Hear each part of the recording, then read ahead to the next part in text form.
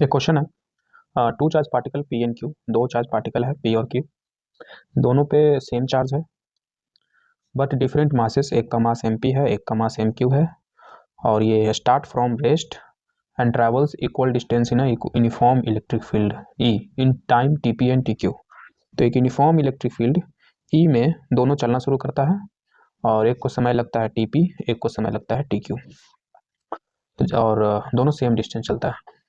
Electric field मान लो इस direction में है, एक को टीपी समय लगता है एक को टी क्यू समय लगता है।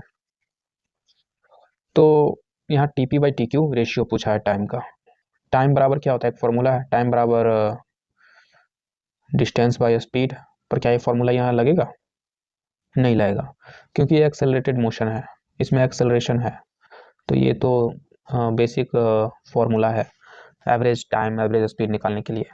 वो तीन इक्वेशन ऑफ मोशन है ना, एस बराबर U T plus half A T square और भी बराबर यू प्लस ए टी, या भी स्क्वायर बराबर you square plus two S, ये सब काम आएगा फॉर यूनिफॉर्म एक्सेलरेशन के लिए।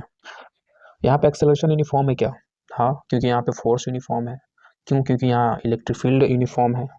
यहाँ पे अगर किसी पार्टिकल का चार्ज क्यू है तो उसका एक्सेलरेशन क्या होगा, उस पर फोर्स कितना पड़ेगा? तो फोर्स पड़ेगा क्यू ई, है ना, इधर की ओर क्यू ई फोर्स पड़ेगा, और एक्सेलरेशन कितना होगा? तो फोर्स बाय मास। ठीक है, तो जो भी होगा ये throughout the motion constant ही होगा। तो टाइम हमें निकालना है, तो कौन सा फॉर्मूला यूज करें, ये या ये या ये? तो हमें डिस्टेंस मालूम है, इनिशियल वेलोसिटी मालूम है, एक्सेलरेशन मालूम है और टाइम निकालना है, तो ये फॉर्मूला यूज करें सही रहेगा। तो 4p, डिस्टेंस कितना चला x, initial velocity 0, half, acceleration कितना, फोर्स बाय मास, फोर्स कितना क्यू ई, मास कितना p तो M P, time T P square. तो ये रहा, टी पी स्क्वायर निकालते हैं तो ये 2 M P X by Q E. ठीक है, अब 4 क्यू, इसके लिए भी सिमिलरली x बराबर half acceleration force by mass T Q square.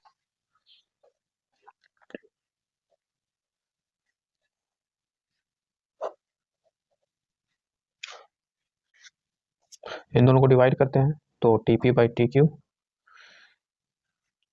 का स्क्वायर, ये डिवाइड करेंगे तो सब कटेगा, 2 से 2 कटेगा, x से x कटेगा, q से q ही कटेगा, तो इसमें बचेगा एम पी और यहाँ होगा एम क्यू। ये स्क्वायर हटाएंगे तो यहाँ रूट आ जाएगा। तो ऑप्शन के अनुसार यहाँ पे सी होना चाहिए। पर इसमें मेन प्रॉब्लम ये है इस क्वेश्चन में कि अगर हम ये फॉर्मूला लेके चलते हैं तो अगर हम ये फॉर्मूला लेके चलते हैं तो इनिशियल वेलोसिटी तो मालूम है, एक्सेलरेशन भी मालूम है, टाइम निकालना है, क्या वेलोसिटी मालूम है? और अगर हम वेलोसिटी दोनों का एट द एंड सेम माने तो क्या ये सही होगा? नहीं, एट द एंड पॉइंट पे सेम वेलोसिटी नहीं होगा। क्यों नहीं होगा? क्योंकि देखिए दोनों के एक्सेलरेशन मास पे भी डिपेंड करता है। भले ही बोल दे कि इफेक्ट ऑफ ग्रेविटी नेग्लेक्ट करना है, बट वो जो एक्सेलरेशन प्रोड्यूस हुआ था वो एक्सेलरेशन ग्रेविटी की वजह से नहीं प्रोड्यूस हुआ है, वो कूलम फोर्स इलेक्ट्रिक फोर्स की वजह से प्रोड्यूस हुआ है। वो एक्सेलरेशन भी मास पे डिपेंड करता है। तो जिसका ज़्यादा मास उसका कम एक्सेलरेशन, है ना, जिसका कम मास उसका ज़्यादा एक्सेलरेशन, वो जल्द कम समय में पहुंचेगा। तो मास ज़्यादा तो एक्सेलरेशन कम, और एक्सेलरेशन कम होगा तो टाइम ज़्यादा। मास कम तो एक्सेलरेशन ज़्यादा, और एक्सेलरेशन ज़्यादा होगा तो टाइम कम लगेगा। समझ रहे हो? तो ये जो इनिशियल वेलोसिटी 0 तो v बराबर ए टी, तो एक्सेलरेशन ज़्यादा होगा तो टाइम कम लगेगा, है ना, और एक्सेलरेशन कम होगा तो टाइम ज़्यादा लगेगा। और जिसका ज़्यादा एक्सेलरेशन होगा उसमें एट द एंड ज़्यादा वेलोसिटी होगा ना, अगर सेम डिस्टेंस चलता है तो।